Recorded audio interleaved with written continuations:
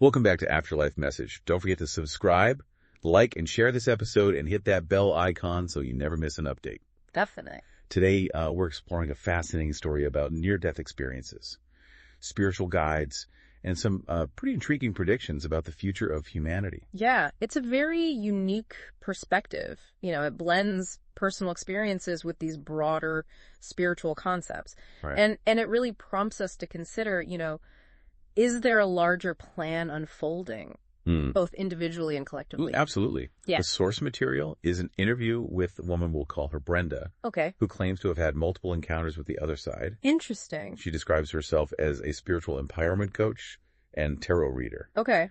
And her story starts really young, Wow. like a very young age. Okay.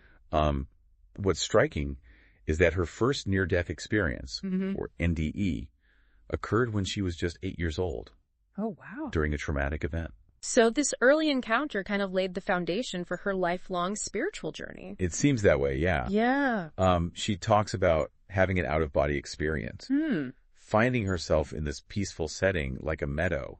Interesting. Despite all the trauma that was happening around her. Right. And she encounters this comforting figure that she identifies as a spiritual guide. Okay. Offering her solace and support. It's a common theme in these NDE accounts. Yes. This feeling of profound peace and the presence of a benevolent being, often perceived as a religious figure or a guide.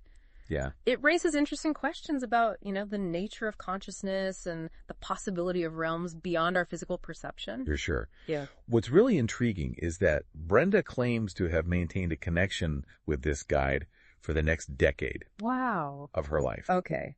She describes receiving teachings about angels, light energy, and a higher power. And this period wasn't easy for her. Okay. She experienced further trauma, which unfortunately is a common thread for many who have suffered abuse. That raises an important question about the role of trauma in spiritual development.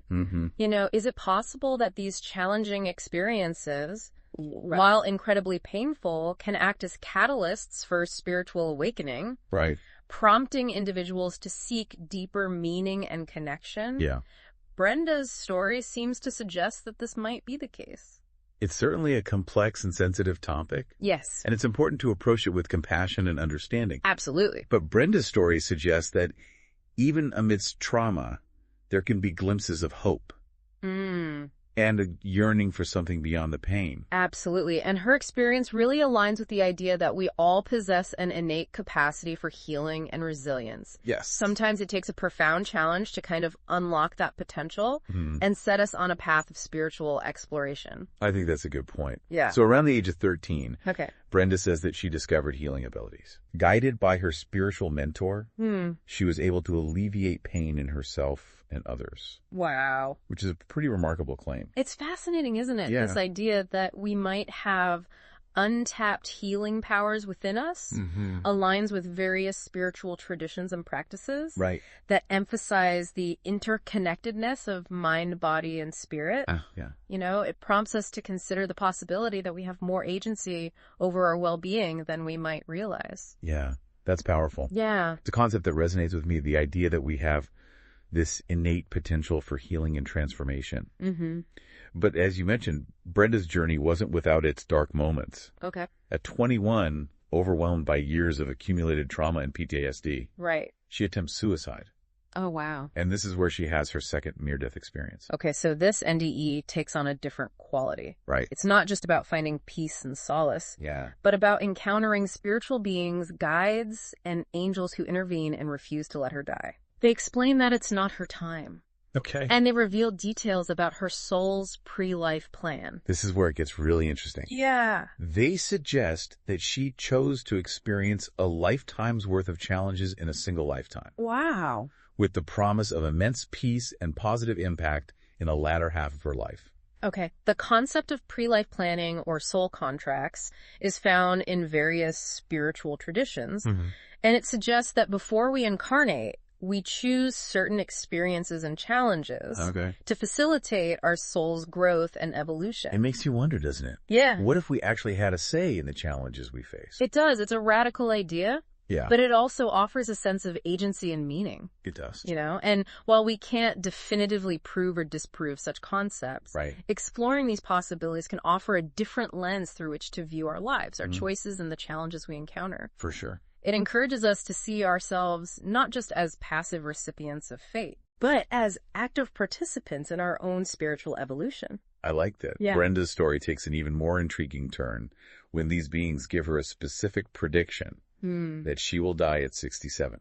Wow, that's a bold claim. It is. And whether you believe it or not is up to you. Of course. But it raises questions about the nature of time destiny and the possibility of accessing knowledge beyond our linear understanding of reality. Absolutely. And it's important to approach such claims with both an open mind and a healthy dose of critical thinking. For sure. We can explore the possibilities while also acknowledging the limitations of our current understanding. Right. It's a delicate balance between curiosity and discernment. Well said. Thank you. So let's shift gears a bit and explore another fascinating concept that Brenda introduces. Yeah. The breaking open of the Golden Age. Interesting.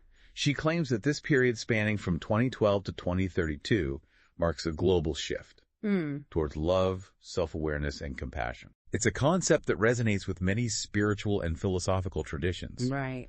often depicting a time of peace, harmony, and enlightenment. What's intriguing is how Brenda connects this golden age to the concept of raising vibrations. Okay. She describes truth, light, and love as higher vibrations, Right. contrasting them with corruption, greed, and secrecy as lower vibrations. She even emphasizes 2024-2025 as a tipping point, where the number of awakened individuals in love and light will surpass those in darkness. Interesting. She prepares us for upcoming revelations of corruption and accountability, Right. particularly among politicians and leaders. This raises the question of how such a shift might manifest in the real world. Yeah. Will we see a dramatic exposure of wrongdoing, Right. a surge in activism and social justice movements, or perhaps a more subtle transformation in individual consciousness? It's a fascinating area to explore. It is. Considering the current state of our world and the growing awareness of systemic issues, Brenda also acknowledges the increasing awareness of climate change and the demand for action. Okay.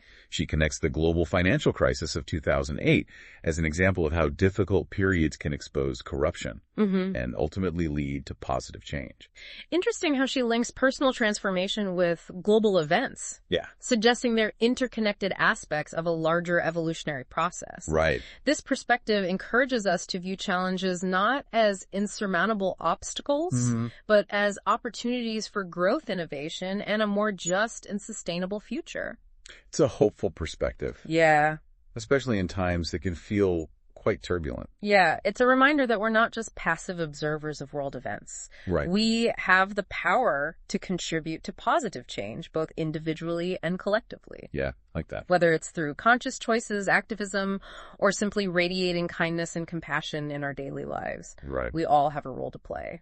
Brenda's story then takes a turn towards the futuristic as she delves into the rise of AI and its potential to enhance human capabilities and knowledge. Okay. She even briefly mentions the increasing presence of extraterrestrial beings, Interesting. emphasizing their benevolent nature and protective role towards humanity. This is where we venture into the realm of speculation. Right. While AI is undoubtedly advancing rapidly, and the possibility of extraterrestrial life has always captivated human imagination, Right. it's important to differentiate between scientific evidence and personal beliefs. For sure. We can explore these possibilities with a sense of wonder and curiosity while maintaining a healthy skepticism. I agree. It's about finding that balance between open-mindedness and critical thinking. Absolutely. Brenda does make some specific predictions about increased ET sightings and potential landings in the coming years, specifically mentioning early 2025 and 2028, 2029 as key periods. Again, it's important to remember that these are Brenda's personal predictions. Well, of course. And while they might spark our imaginations and inspire further exploration, it's crucial to avoid jumping to conclusions or taking them as definitive truths. Yeah, for sure. It's all part of the mystery, and perhaps that's part of the beauty of it. Yeah. The unknown, inviting us to explore, question, and expand our understanding of what's possible. I agree. So let's bring it back to something a little more grounded. Okay. The spiritual support system that Brenda claims is available to everyone. Right. Guardian angels and spirit guides. Okay, this is where we enter a more universal aspect of spirituality. a belief system shared by many cultures and traditions. Yeah. The idea that we are not alone, that we have unseen allies guiding and protecting us, can be a source of comfort and strength, especially during challenging times. Brenda explains the role of guardian angels as loving and non-judgmental protectors. Mm-hmm. Always present, but bound by the law of free will. Okay. She emphasizes the importance of asking for their help, which is a recurring theme in angelic lore. It's fascinating, isn't it? It is. This concept of free will suggests that we have agency in our lives, that we are not merely puppets of destiny. Yeah. You know, our choices matter, and even spiritual beings respect our right to choose our path, even if it leads us astray. Yeah.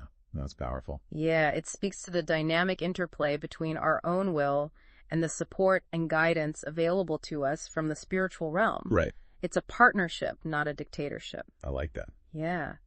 And then there are the spirit guides. Brenda describes them as teachers who provide guidance and direction, sometimes with a firmer hand, ensuring we stay on the path chosen by our soul. So it's like having a wise mentor. Right.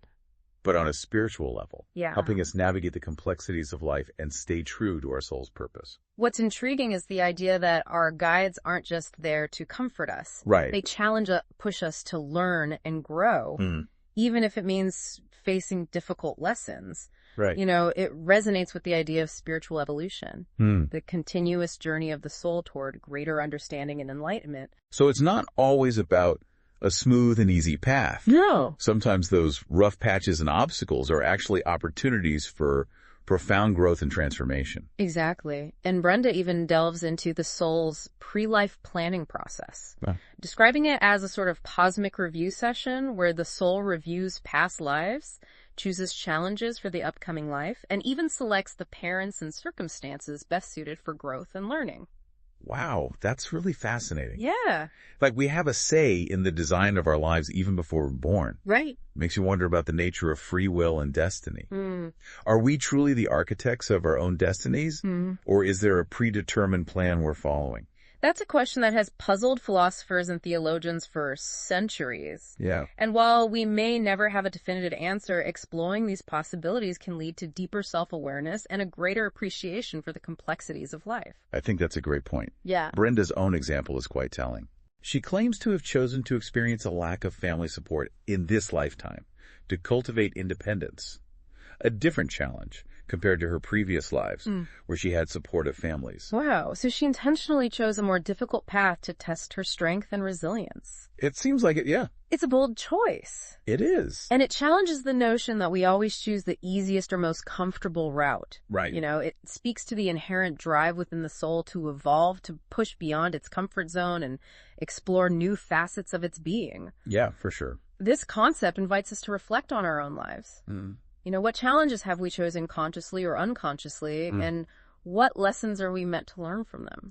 Yeah, it's easy to get caught up in the why me mentality when facing adversity. Right. But Brenda's perspective offers a different lens through which to view our struggles. It does. Perhaps they're not punishments or random acts of fate, but rather opportunities for growth and transformation, carefully selected by our souls before we even entered this physical realm. It's a powerful concept that can shift our perspective from victimhood to empowerment. Yeah, I like that.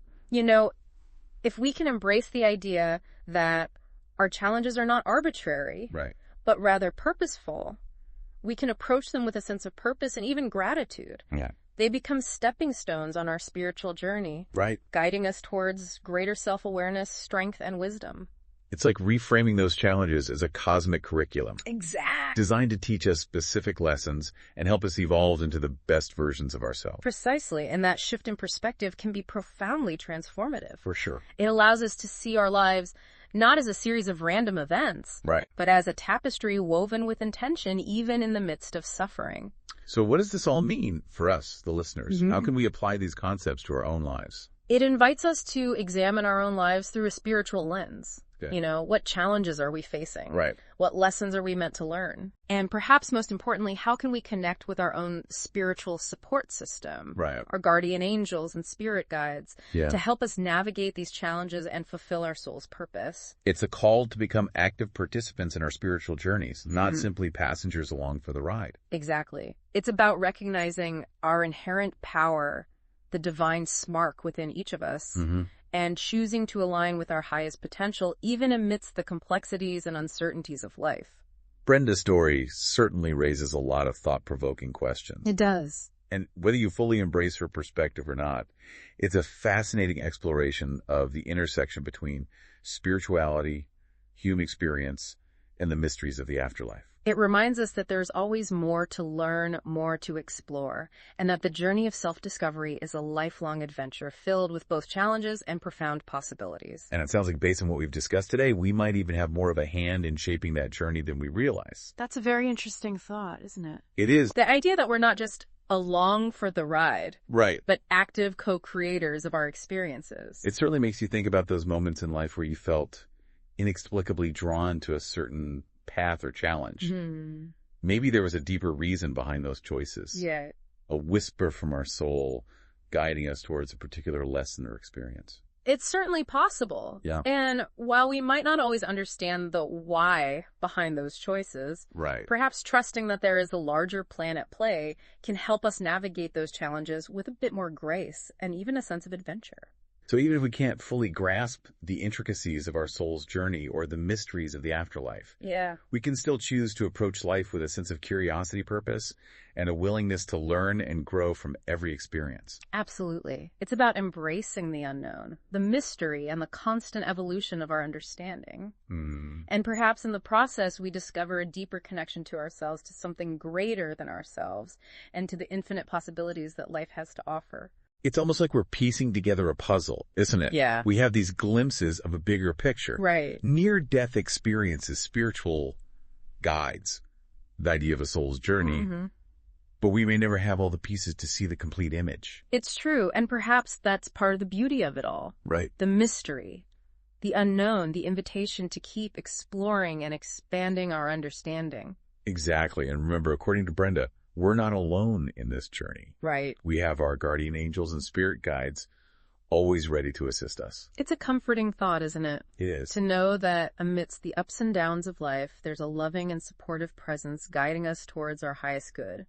Brenda emphasizes the importance of asking for their help. Right. Of actively engaging with our spiritual support system. So it's not just about waiting for signs or hoping for divine intervention. Right. It's about consciously reaching out, asking for guidance, and being open to receiving it. Yes, it's about cultivating that relationship with our spiritual allies. Just as we would with any trusted friend or mentor, it's about acknowledging their presence and inviting them to participate in our lives. It makes you wonder, doesn't it?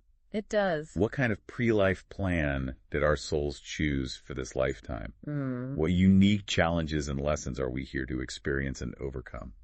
It's a question worth pondering. It is. And while we may not have all the answers, simply exploring these possibilities can open us up to a deeper understanding of ourselves, our purpose, and the intricate workings of the universe. It's a reminder that there's so much more to life than what we see on the surface. Right. There's this whole other dimension of existence. Yeah. A spiritual realm that's influencing and interacting with our physical reality in ways we may never fully comprehend.